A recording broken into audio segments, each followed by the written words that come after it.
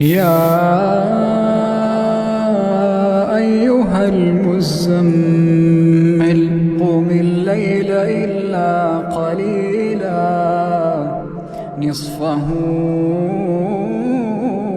أو انقص منه قليلا أو زد عليه ورتل القرآن ترتيلا إنا سنلقي عليك قولا ثقيلا إن ناشئة الليل هي أشد وطئا وأقوم قيلا إن لك في النهار سبحا طويلا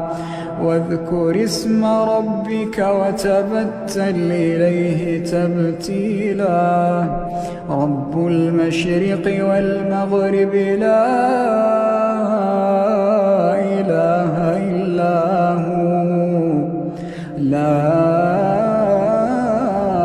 إله إلا هو فاتخذه وكيلا واصبر على ما يقولون واهجرهم هجرا جميلا وذرني والمكذبين أولي النعمة ومهلهم قليلا وذرني والمكذبين أولي النعمة ومهلهم قليلا إن لدينا أنكالا وجحيما وطعاما ذا غصة وعذابا أليما يوم ترجف الأرض والجبال وكانت الجبال كثيبا مهيلا إنا أرسلنا إليكم رسولا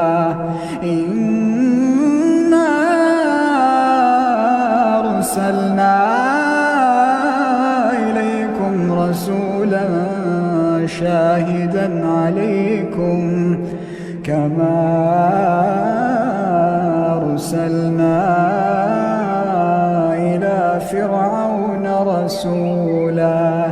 فعصى فرعون الرسول فأخذناه أخذا وبيلا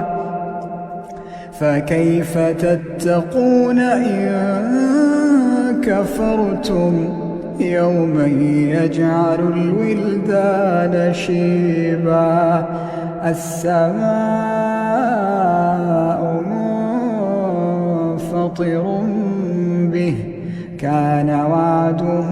مفعولا إن هذه تذكرة فمن شاء اتخذ إلى ربه سبيلا إن ربك يعلم أنك تقوم أدنى من ثلثي الليل ونصفه وثلثه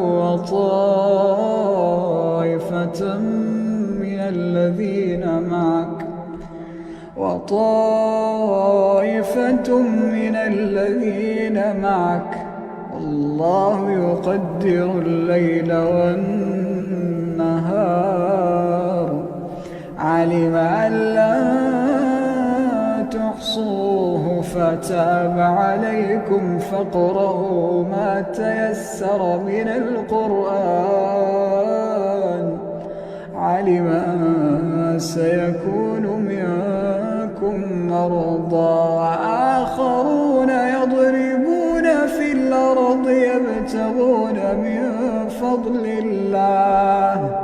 وآخرون يقاتلون في سبيل الله فاقرؤوا ما تيسر منه